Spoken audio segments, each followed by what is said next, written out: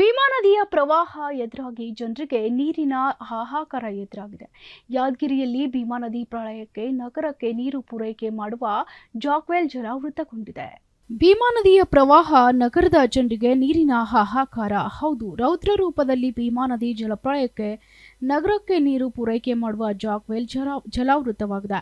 ವಿದ್ಯುತ್ ಟಿಸಿ, ವಿದ್ಯುತ್ ಕಂಬಗಳು ಜಲಾವೃತವಾಗಿದ್ದು ಜಾಕ್ವೆಲ್ಗೆ ಜಲಗಾತ ನೀರು ಪೂರೈಕೆ ಬಂದಾಗಿದೆ.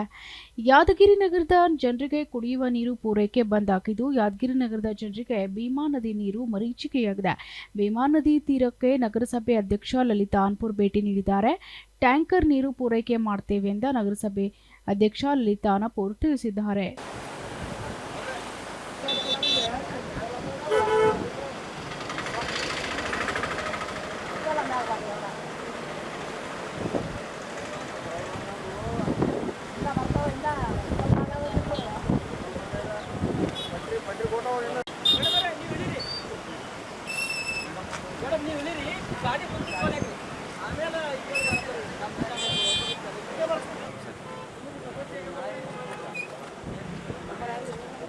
ಇಲ್ಲ ಮೇಡಮ್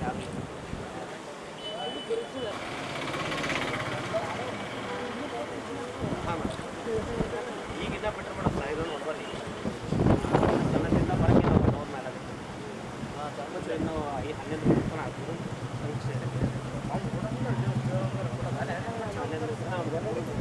ಮಾಡ್ತೀವಿ ಅಂತಂದ್ರೆ ಎಕ್ಸೈಟಿಂಗ್ನಾಗ ಈ ನದಿ ಭಾಗದಾಗ ಬಂದು ನೋಡ್ಕೊಂಡು ಹೋಗ್ತಾರ. ದಯಮಾಡಿ ಅದ್ರ ಜೊತೆಗೆ ತಮ್ಮ ಸೇಫ್ಟಿ ಕೂಡ ಅಷ್ಟೇ ಮುಖ್ಯ. ನೋಡಕ ಇದು ನೀರದ ಇದು ನೀರು ಬೆಂಕಿ ಎರಡನ್ನ ಬಹಳ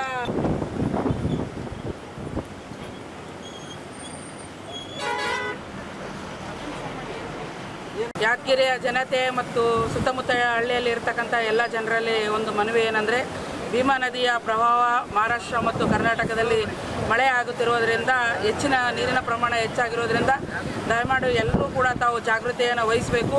ಮತ್ತು ಈ ಒಂದು ಭೀಮಾ ನದಿಯನ್ನು ನೋಡಲು ಬಂದಿರತಕ್ಕಂಥ ಎಲ್ಲ ಸಾರ್ವಜನಿಕರು ತಮ್ಮ ಆ ಎಚ್ಚರಿಕೆಯನ್ನು ವಹಿಸಿಕೊಂಡು ನೀರನ್ನು ನೋಡ್ತಕ್ಕಂಥದ್ದು ಆಗಬೇಕು. ಅದೇ ರೀತಿಯಾಗಿ ನಮ್ಮ ಜಾಕ್ವೆಲ್ ಏನಿದೆ, ಜಾಕ್ವೆಲ್ಲಿನ ನೀರಿನ ಪ್ರಮಾಣ ಹೆಚ್ಚಾಗಿರೋದ್ರಿಂದ ವಿದ್ಯುತ್ ಕಡಿತ ಮಾಡಿದ್ದೀವಿ. ಕಡಿತ ಆಗಿರೋ ಪರಿಣಾಮವಾಗಿ ನಾವು ನಗರಕ್ಕೆ ನೀರನ್ನು ಕೊಡ್ತಕ್ಕಂಥದ್ದು ಸಾಧ್ಯ ಆಗೋದಿಲ್ಲ.